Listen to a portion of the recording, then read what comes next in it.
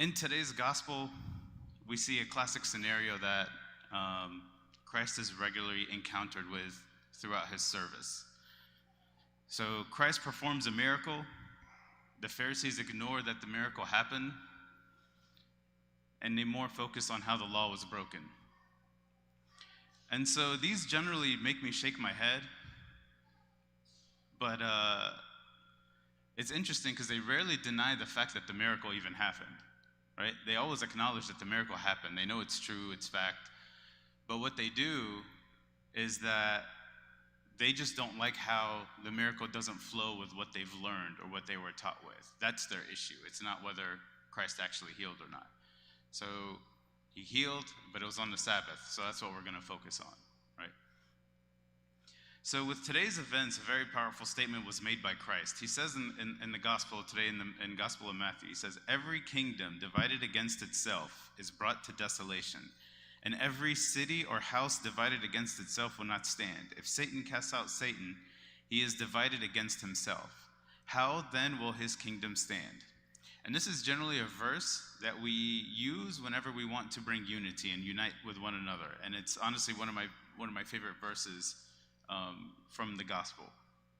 So today I want to dig a little bit deeper and focus on three things that are mentioned when it comes to uniting and not dividing. And just so you guys know, as a side note, today's sermon is being brought to you by plagiarism. They tell you not to do it in school, but yet in the real world, that's all they seem to do. And they keep telling you don't reinvent the wheel. So I'm taking today's sermon from two people who are much smarter than I and more spiritually sound than I, St. Paul and St. James, right?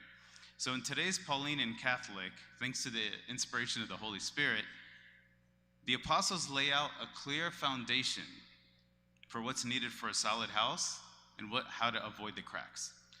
So let's take a look. First thing, St. Paul in his epistles to the Corinthians that we read today, he says, "Watch, stand fast in the faith, be brave, be strong, and let all that you do be done with love." And it's really important here to call out a couple of those key words that he used. Actually, there's one key word, all. Let all that you do be done with love. All. Not just the stuff you do at church, not just the stuff that you do with your family or at home. All. Let all that you do be done with love. And this command by St. Paul is hitting a core foundation of a united house, where every action, everything you do, every interaction with the others has to have the intention of love. And we sometimes like making these boxes in our lives where we're Christian in some settings, and in other settings, we're more on the worldly side, right? And this is what St. James warned us about, again, in today's Catholic. He says, "Cleanse your hands, you sinners, and purify your hearts, you double-minded." And that double-minded, we can't live separate lives and be this double-minded person that we are being warned about. For example, we can't be here at church, come bright and early. We're the ones that unlock the church and not Abuna. You know, we do our matanyas, we get dressed, we help Tanta Mimi come and sit, and then we go and do our service and all these things. And then once we go to work, we're ruthless, we're mean, we're pushing people down, right? We're trying to do whatever we can to advance our career. We're talking bad about people, trying to make ourselves look better.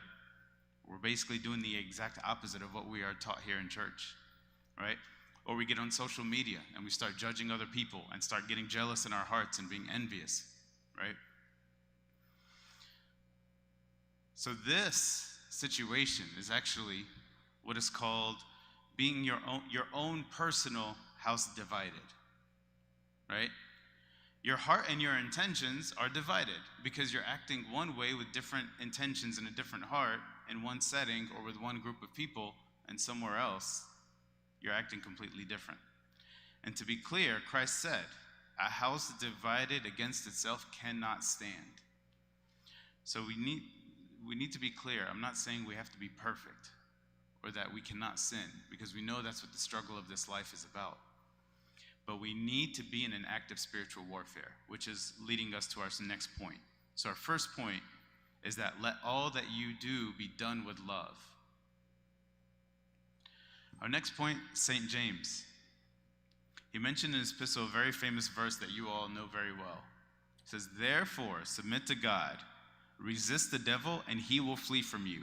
Draw near to God, and he will draw near to you. So in that verse, we see two distinct actions. Resist the devil, and he will flee. Draw near to God, and he will draw near to you. So in the first action, you're playing defense. You're playing defense against the devil, and he will flee. In the second action, you move closer to God, and then he starts running towards you. And we see that kind of example in the story of the prodigal son, where the son comes back to beg for forgiveness, and what does the father do? He starts running towards the son and meeting him even way further out than he anticipated, right? Draw near to God, and he will draw near to you.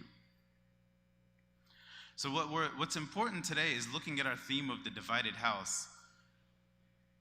It's important to know that the drawing near to God is what gives the foundation, the solid and sturdy foundation of that house. But not resisting the devil is what causes cracks in the foundation. Not resisting the devil is what gives the cracks in the foundation. And we tend to blame the devil for everything. But haram, that's actually not fair. It's not fair that we blame the devil for everything. So let's look at an example of Adam and Eve, like what happened in Genesis 3, right? The devil came and found Eve. We all know that story, right? He said to the woman, has God indeed said, you shall not eat of the tree of the garden? And the woman said to the serpent, we may eat of the fruit of the trees of the garden, but the fruit of the tree which is in the midst of the garden, God had said, you shall not eat of it, nor shall you touch it, lest you die. Then the serpent said to the woman, you will not surely die, for God knows that in that day you will eat of it, and your eyes will be opened. And you will be like God, knowing good and evil. So the woman saw that the tree was good for food, and it was pleasant for the eyes, and a tree desirable to make one wise. So she took its fruit and ate. Did the devil make her do anything? Did the devil throw her to the ground, force the apple, take it from the tree, force it down her mouth? Did the devil threaten Adam and say, if you don't take a bite, Eve's going to get it? No. He didn't do any of that, right? All he did was take truth and manipulate it. He deceived her. And that's the deception, the definition of deceit, right? The action or practice of deceiving someone by concealing or misrepresenting the truth, right? So all the devil did here was manipulate an idea or a thought.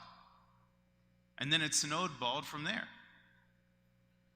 And I got to apologize. I know I'm using a foreign word there, so let me translate it because I keep forgetting. So for those of you that don't know, snow is this stuff that comes, it's white stuff from heaven, like it just sprinkles down. Like, y'all don't know what it is here in Florida, but it's a great thing. Highly recommend you go up north to see it, right?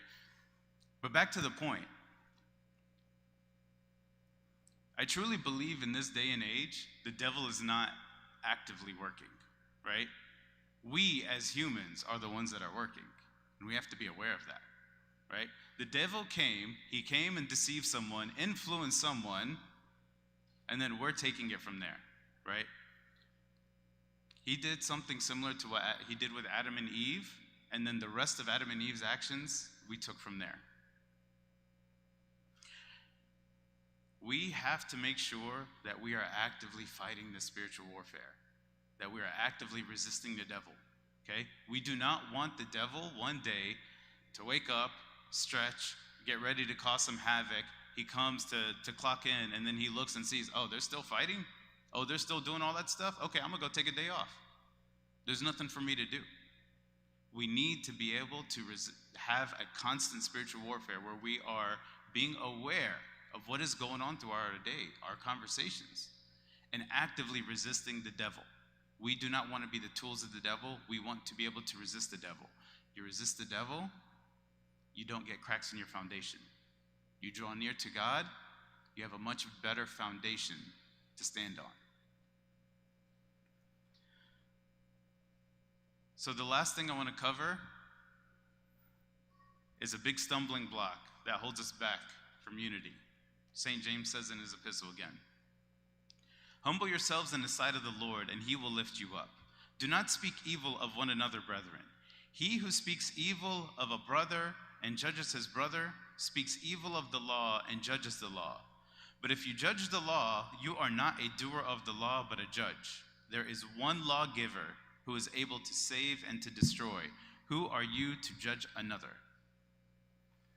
So St. James here is telling us, first humble yourself and know your place.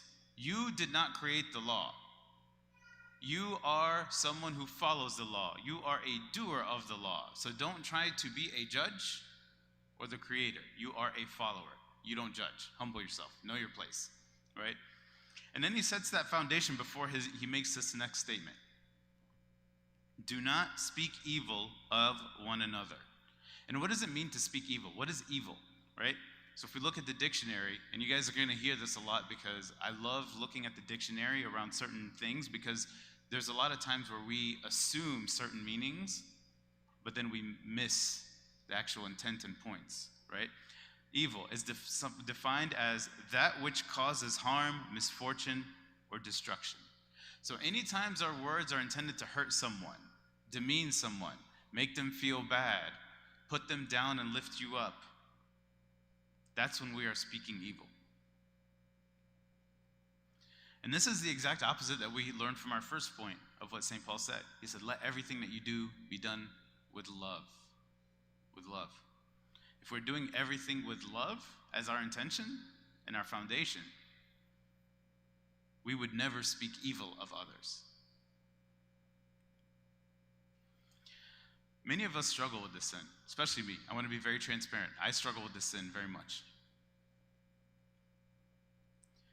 We do not believe that we're actually doing something malicious. We don't think that we're doing anything harsh. We believe we're doing it for the right reasons when we do that a lot of the times. We are convicted. But the reality is, no matter whatever the reason, it shouldn't be happening at all. That's literally what St. J said here. If we believe that someone is doing something wrong, should we judge them or speak evil of them? No. St. James said no, right? So does this rule only apply, to our families and our people in church? No, it's with everyone. Does this rule, apply to our coworkers? Yeah. People out in the street? Yeah. Random guy at Publix? Yeah, you bet. Right? We are all children of God. All of us. We are all called to be light of the world and to not hide that light under a basket. We don't get a free pass ever to be able to talk down or evil to other people, no matter what they've done, no matter what they believe. And that's the line that we're trying to draw here. We are taught as Christians that we should hate the sin and not the sinner, right? So not only are we taught that, but that's exactly what we saw Christ do. Christ never talked down to people. Every sinner that approached him, he approached them with love, open-armed. Never demeaned them, never spoke evil of them, right? So Christ teaches us that a house divided cannot stand. And we saw from St. Paul and St. James that there are three things that are super important. Let all that you do be done with love. Draw near to God and resist the devil. Do not speak evil of one another. All right. So to wrap up, I want to be able to share, if you look at the verses, so the verses today are in Matthew 12, 22, 28. If you look at the verses after 28, it's actually a continuation of that interaction with the Pharisees. So the interaction doesn't stop where today's gospel stopped. It actually keeps going after that. And so I want to share with you guys what else happens in that interaction as part of today's message. Christ hits home with the big one. So in one verse he says, either make the tree good and its fruit good, or make the tree bad and its fruit bad. For a tree is known by its fruit. For a tree is known by its fruit. And then a few verses later he continues, but I say to you that for every idle word men speak, they will give an account of it in the day of judgment. For by your words you will be justified, and by your words you will be condemned. By your words you will be justified, and by your words you will be condemned. And for those of you that don't know, idol words, what does the word idol mean, right? Not idol like an icon or the golden calf. Idol, I-D-L-E, right? It means being without purpose or being pointless or being lazy. So if I'm idle at home, I'm being lazy. I'm not doing anything. I'm not accomplishing anything, right? I'm not doing either good or bad. I'm just literally doing nothing, which is kind of like, being idle, right? And we're taught that an idle mind, for instance, is the devil's playground, right? This is something that we're taught throughout Sunday school and everything like that. So imagine every word, every argument, every post, every text message, right? Not just the good ones, not just the bad ones, not the ones where we're praising God and not the ones where we're hurting other people's, but also the idle ones we're going to give an account to. And those words are the ones that we consider the empty words or the harmless words, right? It's just a kalam. We're given an account to. Let's imagine that scenario, right? We're standing in line. We're getting ready to meet Christ. And he's going to come and he's going to run the audit on our lives. Just like he said in the verse, he said, every word that you speak, there will be an account of it in the day of judgment. You're standing there and you're going to have to justify your words. And keep in mind, like an audit with Christ is not like an audit with the IRS where you want to tell them what you feel that they need to know. No, everything is already known. What do you think Christ's reaction is going to be? When he takes a look at the audit of our words, right? In front of you in the line was someone who was persecuted all his entire life, and then you're coming up next. Christ goes, he takes a look at the paperwork, he's like, okay, Sam, let's see. You stood in line how long to camp out for toilet paper and don't want to go to work? You fought people with what? And argued about what? Worldly politics? You spent all that time doing what? Fought with how many people? Spoke evil about each other for what? Is that what we want to do when we're presented? Right? This is where we got to be aware. Every word is going to be counted towards us. Right? This, to me, preparing for this sermon was actually a big wake-up call for me personally. And I'm sharing that with you all. I can't say privately because, I don't know, there's a lot of y'all. But all the noise that we're being overtaken here in America, we got to be careful about that. Through social media, through our phones, through our interactions with one another, it's really dividing our hearts. It's dividing our minds. It's dividing our words. And Christ said it, to be clear, a divided house cannot stand. And St. James said it best today, for what is your life even as a vapor that it appears for a little time then vanishes away? So I want to tell you guys, again, I want to encourage you guys, make every word count. Because before you know it, it's audit time. St. James said it, life is but a vapor. Make every word count. Do everything in love, resist the devil, draw near to God, and please do not speak evil of one another. Glory be to God forever. Amen.